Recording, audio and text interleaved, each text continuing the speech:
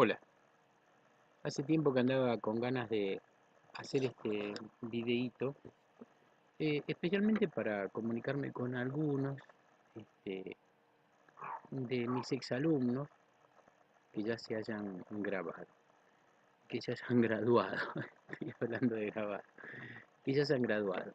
En realidad, la idea de este videíto, o más que este videíto, de la idea que voy a mandarles ahora en el video, es nace con Patricia Pellegrino. Patricia Pellegrino, profe de historia, que fue a la Universidad de Avellaneda a hacer su licenciatura, ciclo de complementación, y terminó de cursar, después de haber leído Cristales y de haberlo utilizado en un proyecto que ella tenía que hacer para aprobar la materia, eh, después de cursar y aprobar, me cuestiona, no me cuestiona, sino que me deja ahí picando algo terrible, o sea, una astilla bajo la uña, y me dice que qué raro que no uses autores de la decolonialidad. Y yo digo, pero no sé lo que es eso, 2015, no sé lo que es eso. Y me dice, ¿cómo que no sé? Si son autores que van en la misma línea de Cristales.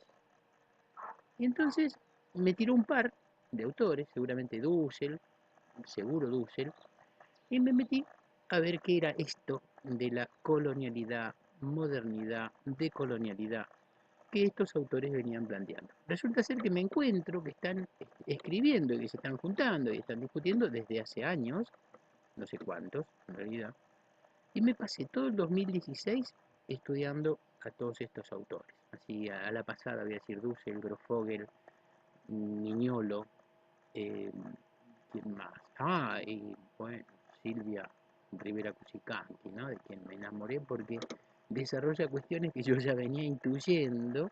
Propiamente no se preocupa demasiado ella en definirlas para el mundo, sino para Bolivia, para su Bolivia. Y por supuesto que esa mirada nos interpela. Y después, bueno, algunos otros que andan por ahí, Boaventura dos Santos, que es un portugués, sobre todo estos, ¿no? Que inmediatamente me acuden a la memoria. Y por supuesto, Quijano, ¿no? Quijano como el inventor del concepto, digamos, de colonialidad. Eh, Como Cristales toma una definición de educación que como yo la escribí para ser fiel a mí mismo, tendría que leérmela para no decir cosas diferentes, aunque vayamos en el mismo sentido. Yo digo que la educación es una relación dialéctica. Miren, estoy leyendo la última edición de Cristales. Esta es la tercera edición de Cristales de 2017, de la cual los que están viendo esto probablemente ya tengan noticias. Que por supuesto está gratuita en internet, se puede bajar en internet gratuitamente.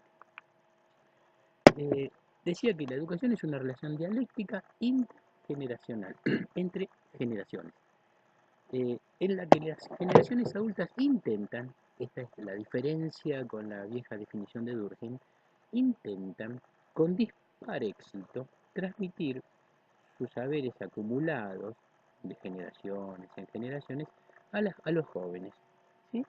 Y estos saberes abarcan desde la ideología, la cultura, la tecnología, la religión, la lengua y hasta el lugar que una sociedad ocupa en un conjunto de sociedades, o mira, en un concierto de naciones, este, de existencia paralela, porque se lo atribuye a sí misma o porque las otras se lo atribuyen, y también el lugar que cada sociedad concede a cada miembro en su seno. Así que esto sería una primera aproximación a la definición de educación. Y también ese intento de transmisión, ese intento de transmisión supone las relaciones sociales complejas y dinámicas que amalgaman la imposición, es decir, las culturas adultas intentan imponer o imponen. La asimilación, es decir, las jóvenes, las nuevas generaciones, dicen, bueno, está bien, es así. Mi papá me dijo que yo me llamo Juan y yo asimilo eso y lo asimilo de tal manera que a mis hijos también yo les voy a poner el nombre. Eh, es, También entonces la asimilación supone apropiación de esos saberes. La justificación, ¿cómo se justifica? Bueno, si siempre fue así, por qué va a ser diferente, ¿sí? La construcción de lo que sería un sentido común, y la legitimación, es decir, lo justifico y le doy legitimidad porque me parece que así está bien. Y así se da continuidad a la institucionalización de esos saberes de un modo natural. Pongo acá finalmente que es la educación un instrumento de los grupos dominantes en cada sociedad para ejercer su hegemonía por consenso. Digamos, la educación en general no se puede dar si es impositiva. Por tal razón, puede valerse de medios variados para imponer nuevos saberes y cosmovisiones a las clases y grupos subordinados de su misma generación y aún de la precedente. Del mismo modo, al interior de los grupos dominados o subalternos, hay quienes sustentan privilegios ejerciendo también su hegemonía acotada. Un ejemplo típico de grupo dominado lo constituye cualquier comunidad de nativos originarios que a su vez conservan su estructura de liderazgo representada probablemente en algún cacique o en algún jefe. Bueno, esto es como para plantearles por dónde va. Si bien es cierto que yo planteaba esto, trabajé en historia de la educación durante muchísimos años, más de 20, y aunque yo pensaba esto y planteaba cuestiones de género, de clase, de etnia, de hábitat, de domicilio, digamos, ¿no? Eh, mm, no terminaba de salirme de la historia de la educación oficial. Y bueno, esta interpelación de Patricia, que me llevó a estudiar a los decoloniales, traté de buscar si existía algo vinculado a una historia de la educación decolonial y no existe. Pero en mi definición, directamente ni se plantea la idea de la escuela. ¿Por qué? Porque la escuela no ha existido siempre. La escuela tiene 120, 130 años en Argentina, en otros países mucho menos. La escuela como sistema educativo o como sistemas educativos.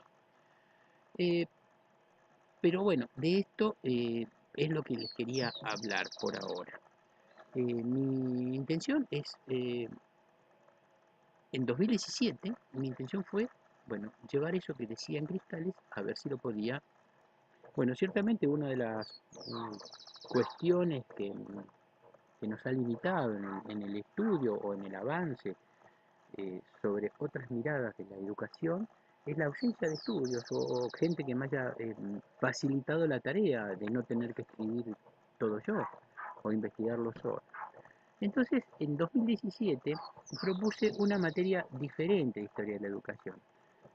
Primero dar un marco teórico, que la mayoría de ustedes va a conocer, pero sobre todo esencialmente planteado en Cristales, y después, inmediatamente, Cristales, que es el manual es un manual como dice, para mirar el mundo social, un manual de ciencias sociales, sería que fui construyendo laboriosamente durante 16 años de docencia en el aula, es decir, a partir de la discusión con los estudiantes interesados, involucrados, que iban planteando que había cosas que no estaban definidas. Bueno, como no tenía otra cosa, dije este año, bueno, lo vamos a hacer.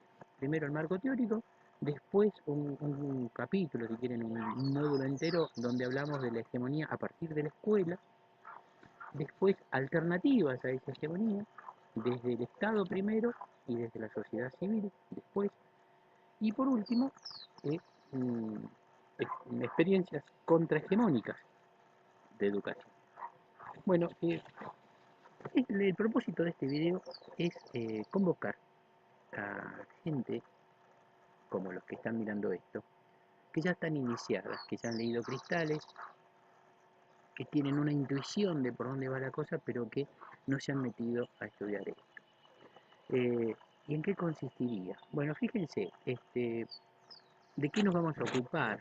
¿Cuál es el propósito? No se puede pensar la contrahegemonía o las alternativas sin pensar la hegemonía. Entonces, hay que ocuparnos de la hegemonía que se impone y que convence, que conquista y que se transforma a partir de naturalizaciones y construcción del sistema de sentido común. También vamos a hablar de la discrepancia que se enfrenta efectivamente de maneras diversas y es derrotada o asimilada. Eh, la otra cuestión que me interesa es la resistencia que, oponiéndose con la tenacidad propia de la intransigencia, construye contrahegemonía.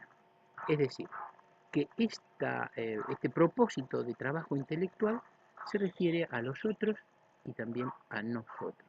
¿Quiénes nosotros? ¿Quiénes son nosotros? ¿Y quiénes son los otros? En términos de Fanon, ¿quiénes son la humanidad? ¿Y quiénes son los subhumanos? Me parece que, definidos de la hegemonía, nosotros, que estamos, yo que estoy haciendo este video y ustedes que lo están viendo, somos el otro, el subhumano. Una versión menor de ellos mismos, una versión que quieren asimilar, una versión pequeña de la hegemonía. Pero si nosotros queremos decir nuestra palabra, somos una versión insostenible que viene desde abajo, una subversión. Bueno, de esto se trata y la propuesta es, concretamente, le voy a decir qué contenidos se me han ocurrido hasta ahora, que podemos, por supuesto, mejorar. Eh, Arrancar con las alternativas educativas en la sociedad civil. Es decir, cuáles son las respuestas alternativas al sistema educativo o a los sistemas educativos desde la sociedad civil. Algunas son alternativas porque, bueno, las primeras que vamos a aprender son alternativas porque tanto desde la derecha, tanto desde el conservadurismo como de otras miradas transformativas, no alcanzan a confrontar con el poder real. Lo que sí buscan es que se los acepte o asimilar a la población desde otras perspectivas. Bueno, ahí entrarían el escautismo, las bibliotecas populares, las organizaciones de inmigrantes, los clubes de barrio, las sociedades de fomento, las peñas, las organizaciones carnavaleras, el sindicalismo. Y ahí pongo puntos suspensivos porque, bueno, hasta ahí me dio la cabeza para pensar ahora así sumariamente. ¿Qué es lo que estamos trabajando en el programa Historias de la Educación de 2017, tanto en el primer cuatrimestre como el segundo cuatrimestre, que ha tenido algunos ajustes? Y después, ¿cómo se construye el sentido común alternativo? Es decir, aparece ahí sobre todo los medios de comunicación, ¿no? La radio, la TV, el cine, las historietas, los diarios, los medios digitales, las redes sociales, la publicidad y el consumo. Por otro lado, vamos a ir viendo formas de instrucción alternativa. Yo sé que algunos de ustedes han participado de esto, por eso mi interés en que se sumen a este proyecto. Como por ejemplo los bachilleratos populares, otras escuelas alternativas, centros culturales y formas no escolarizadas de educación que andan dando vuelta por ahí, pero que no exceden lo alternativo, es decir, que no superan el sistema, sino que dicen, bueno, podemos hacerlo de otra manera, pero sin romper con el sistema. Vamos a pensar en los movimientos sociales, este, con su localización, propósitos, organizaciones, migrantes, ya sean feministas, campesinos, desempleados, sin tierras, LGBTI, independentistas, indigenistas, por la distribución del ingreso, por los discapacitados, y una cantidad de movimientos sociales, incluso en una clase que di esta semana que pasó, eh, una estudiante dijo también las ONG, claro, el Estado, cuando ve que aparecen estos movimientos, les exige, para reconocerlos, que se constituyan como sociedad civil, como organización no gubernamental. Y de esta forma no dejan de ser alternativos porque lo que están buscando es el reconocimiento del Estado. Y después ahí mismo, en esta cuestión de lo alternativo, pensar juntos el mestizaje colonial. Eh, es sedimentado, es dinámico, y sobre esto, bueno, Rivera Cusicanqui nos va a aportar unas cosas interesantísimas, pensando el mestizaje boliviano, donde el mestizo no quiere ser indio, el mestizo quiere ser blanco, pero los blancos lo rechazan. Y cuando el mestizo dice, bueno, no, pero yo con mis características, mis rasgos y grandes elementos de mi cultura, incluso mi lengua, soy indígena, voy a pedir pertenencia y los indígenas, estoy diciendo indígenas como nativos originarios, ¿no? Los nativos originarios lo rechazan. Entonces el mestizo no es blanco, no es blanco eurooccidental, y no es, eh, y no es indígena, y no es negro, y no es afro. Entonces el mestizo está en un problema verdaderamente existencial de identidad que trata en muchos casos de asimilarse a alguna de las etnicidades que andan dando vueltas en América Latina. En el caso del mercado de Santiago Maldonado, que con eso inicié, porque bueno, justamente hoy está en la morgue forense de tribunales de Capital Federal un cuerpo que aún no se sabe si es el de Santiago Maldonado, aunque hay muchos indicios que podrían indicar que sí lo es. Este, y bueno, lo hemos estado buscando desde el primer día, este, porque no hoy también, hasta el final. Eh, bueno, hasta ahí les planteaba una de las cuestiones. La otra cuestión es la cuestión contrahegemónica. Y ahí sí nos vamos a poner a pensar sobre los saberes sometidos, la idea de descolonizar el saber, superar el pensamiento abismal que plantea Boaventura dos Santos, pensar algunas sociedades o algunos márgenes a los que no tenemos acceso, ¿eh? Por ejemplo, la gitaneidad, qué es ser chino en esta sociedad, qué es ser coreano, qué es ser, digamos, oriental genéricamente, pero qué es ser latinoamericano, qué es ser provinciano en el conurbano o en la ciudad de Buenos Aires, ¿sí? Interesante de investigación, algo que verdaderamente no conozco si está hecho, porque bueno, podría afirmar no está hecho. Bueno, no está hecho en historia de la educación. Nadie en historia de la educación, lo que yo investigué, Portugal, España, ¿sí? Como los dos grandes colonizadores de Sudamérica. Eh, Ningún país latinoamericano tiene una universidad o una cátedra de historia de la educación que se ocupe de esto que estoy pensando trabajar. Bueno, ¿cuáles serían nuestras fuentes? Bueno, nuestras fuentes tendrían que ser, y acá sí, si armamos un equipo interesante, cada uno elige qué, no hay que estar todos en todo, cada uno elige qué va a investigar, y sería desde los ritmos, las danzas, la poesía, cumbia, chamamé, la esencia mestiza que hay dando vuelta ahí, el candombe, y alguna otra manifestación que yo por supuesto desconozco. Ustedes ya saben mi posición sobre el folclore como una construcción de la hegemonía para someter y para domesticar al pueblo. Sin embargo, el folclore en algunas provincias, por ejemplo, la samba y la chacarera, cuando se transmiten de generación en generación en las propias casas, es verdaderamente popular. Pero es un artículo de consumo en el resto de las provincias, por ejemplo. Eh, las festividades en Latinoamérica, es decir, hay una cantidad de festividades con un elemento mestizo potente. Eh, Mestizo desde todo punto de vista, en la construcción cultural, no solamente étnico, sino desde el punto de vista de la construcción cultural, mezclado con resabios católicos, coloniales y con una cosa simbiótica que anda dando vueltas ahí entre las culturas, así que por ahí tenemos para investigar. Los oficios, masculinos y femeninos. La delincuencia, ¿en qué consiste robar con impunidad? Y cómo eso se aprende desde la hegemonía, haz lo que yo digo, pero no lo que yo hago, ¿no? Este, Haraganear, pedir o vivir del Estado, eso genera toda una cantidad de saberes acumulados ahí que incluso se ven como algo que está bien. Eh, Saberes burocráticos, hay saberes específicos para moverse en la burocracia de la hegemonía. Curros, ¿cómo se curra en América Latina? ¿Cómo se curra? Bueno, en Argentina, donde nosotros tengamos a la mano en el barrio, ¿cuáles son los curros que podemos detectar? Esto en realidad casi podría, este, estoy pensando que en este momento algún encuentro que hagamos, ya vayamos con estos elementos pensados, discutidos primero por internet y los vamos cerrando entre todos porque no es tan fácil. Eh, Después las profesiones en la práctica, ¿no? Es decir, el arquitecto, el abogado, etcétera, que tiene una habilitación profesional de la universidad, pero que no aprende a trabajar, todos ustedes saben, ustedes son todos graduados, que en realidad la universidad te dio una habilitación profesional que esconde las enormes ignorancias que nos llevamos de ahí y después adaptamos como podemos, copiamos lo que ya hay una cantidad de cosas vinculadas a el physique du rôle, dirían los franceses, cómo me comporto, ¿no? Si soy abogado de traje, yo les puedo asegurar que a esta altura veo una docente por la calle y me doy cuenta que docente, aunque no tenga ningún guardapolvo ni nada, es decir, su comportamiento, ¿no?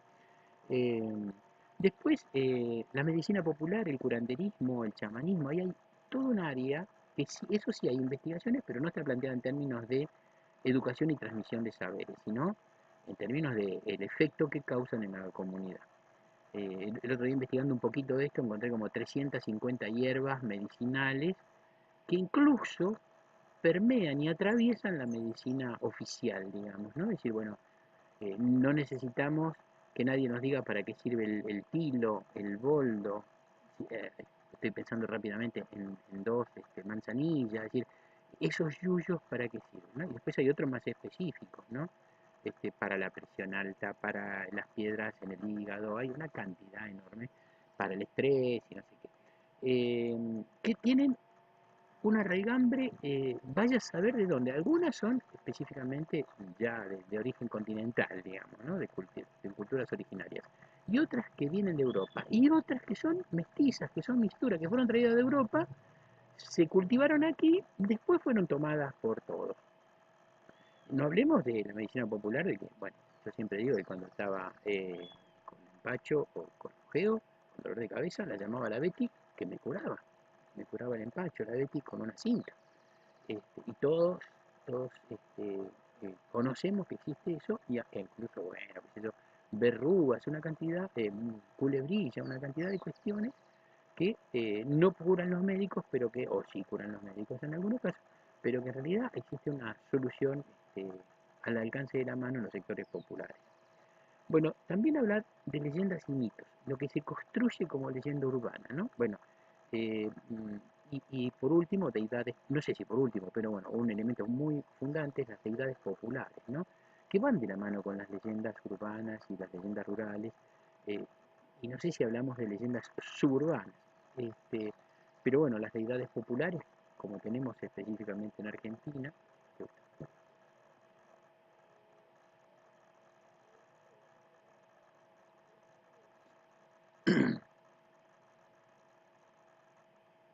las deidades populares, como tenemos específicamente en Argentina, decíamos, bueno, me paré porque parecía que se había plantado la grabación. Eh, es, Tenemos el Gauchito Gil, que se me ocurre rápidamente, pero está la difunta Correa, San Marcos Sierra, Gilda, Rodrigo, de una cantidad de deidades no reconocidas oficialmente por la iglesia oficial, la iglesia politeísta, es decir, digo yo en Cristales que de las religiones monoteístas, la más politeísta es la religión católica, que tiene una cantidad de deidades a las que la gente va y le agradece, no a Dios, sino al santo, que es una especie de concejal en el cielo al que le tiro la manga y el tipo me resuelve el problema de cualquier problemita. Lo estoy haciendo al aire libre, tengo un perrito que anda dando vuelta por acá y de vez en cuando interviene. Eh, por último, no sé si por último, pero dentro de este ámbito de la contrahegemonía, vamos a tratar de trabajar sobre la producción, transmisión y apropiación de saberes de distintos tipos, profesionales, laborales, ahí estamos pensando en oficios, en fábricas recuperadas, en prácticas sociales, organizaciones sociales, en los saberes considerados femeninos, ¿sí? O específicamente masculinos, que no siempre, bueno, las feministas en algunos casos hay trabajos de feministas que han desarrollado los saberes femeninos, pero hay eh, saberes masculinos enunciados. Bueno, yo hace un tiempo encontré un texto que se llamaba Macho, con perdón de la palabra. Interesante porque era, bueno, veamos la perspectiva de género, pero es tan fácil ser varón en una sociedad patriarcal, es decir, que te exige que tenés determinados comportamientos previsibles, y bueno, el hombre no llora y una cantidad de otras cosas, es resistente a los golpes, se la banca. Bueno, también entonces podemos pensar lo femenino y lo masculino desde una perspectiva contrahegemónica. Eh, lo indígena y el buen vivir como alternativa, lo afro, no tenemos casi en Argentina de desarrollo de estudios sobre eso, son muy pocos, los desconozco, pero no sobre la transmisión de los saberes afro, aunque tengo algunas anécdotas por ahí dando vueltas que ya les contaré. Y por último, no sé si por último, quizás sea el primero de todos, lo mestizo. ¿Qué significa ser mestizo? ¿Qué es a vos que estás mirando esto? Pensarte ya no como blanca, sabes que aunque seas indigenista ojo africanista y tengas una sensibilidad por lo autóctono y una sensibilidad por lo afro, no lo sos, pero tampoco sos blanca o blanco occidental, entonces esta es la otra alternativa de pensarse como mestizo, sobre todo mestizo cultural, más allá de mestizo de colores. Vamos a ver cuántos de nosotros, de los que estamos mirando el video, podemos dar cuenta de 3 generaciones limpitas, completas, para arriba, es decir, estoy hablando de padres, de abuelos de los dos lados y de bisabuelos, es decir, cuántos de nosotros podemos dar una genealogía propia, completa. Bueno, los que han pasado por la Universidad de Avellaneda han tenido que hacerlo como ejercicio, pero bueno, ya han visto ahí lo difícil que era la cuestión. Bueno, y la otra cuestión, para finalizar, es si podemos investigar, aunque hay información sobre eso, escuelas libertarias, si funcionó el desescolarismo en Argentina, si funciona, porque si no es si funciona, si también si funciona, y cómo esto se vincula con las enunciadas o anunciadas pedagogía de la liberación. He buscado, he encontrado una mujer que se dedica a trabajar sobre la pedagogía decolonial y a mí no me ha satisfecho. Probablemente no encontré sus mejores textos. Además, ustedes saben que yo publico con copyleft, digamos, con la idea de que, bueno, el que le interesa esto, que lo copie, que lo multiplique. Nadie vive de, nadie vive de la publicación de libros excepto Bucay o Soho, o no sé si, bueno, no, Osho, bueno, excepto esos tipos.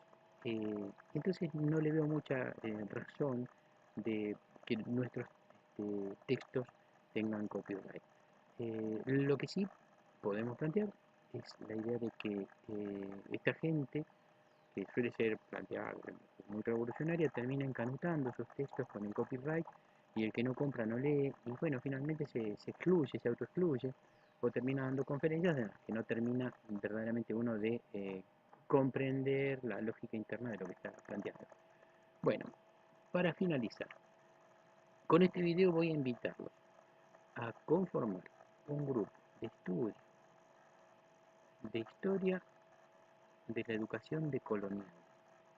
Ya armé un grupo de Facebook con una cantidad de videos que está bueno como introductorio. Algunos de ustedes ya conocen estos videos, estos autores. Este, por supuesto que voy a invitar también a la gente de mi cátedra, pero la única exigencia acá es que no se puede venir, esto no es un curso, no venimos a cursar. Acá hay que producir. La única condición para participar es que acá vamos a producir. Elegimos qué. Yo les voy a mandar un menú interesante que, bueno, se termino de anunciar, se lo voy a mandar por escrito, por supuesto. Elegimos que acá vamos a investigar y vamos a producir y vamos a escribir y vamos a participar de congresos y llevar esta postura y estas investigaciones que van a ser absolutamente originales. No hay producción de este tipo en Argentina. Quiero ver si en América Latina, no quiero ser tan atrevido. Pero esta es la invitación. Lo vamos a hacer en el marco de la Universidad de Lomas de Zamora. Lo vamos a hacer solamente con graduados, no es para estudiantes, solamente con graduados. Los que van a recibir esta invitación, en primer lugar, son gente que yo he seleccionado por mi trato personal, sobre todo, y porque han tenido algo para decir de lo que hemos hecho juntos. Por supuesto, porque los quiero. Y además, porque me parece que no existen otras oportunidades. Todos ustedes saben de la soledad intelectual. Estos que estoy eligiendo saben que no tienen, no les abundan los lugares donde discutir estas cosas. Y pues bueno, y yo lo sé fuertemente, lo de la soledad intelectual.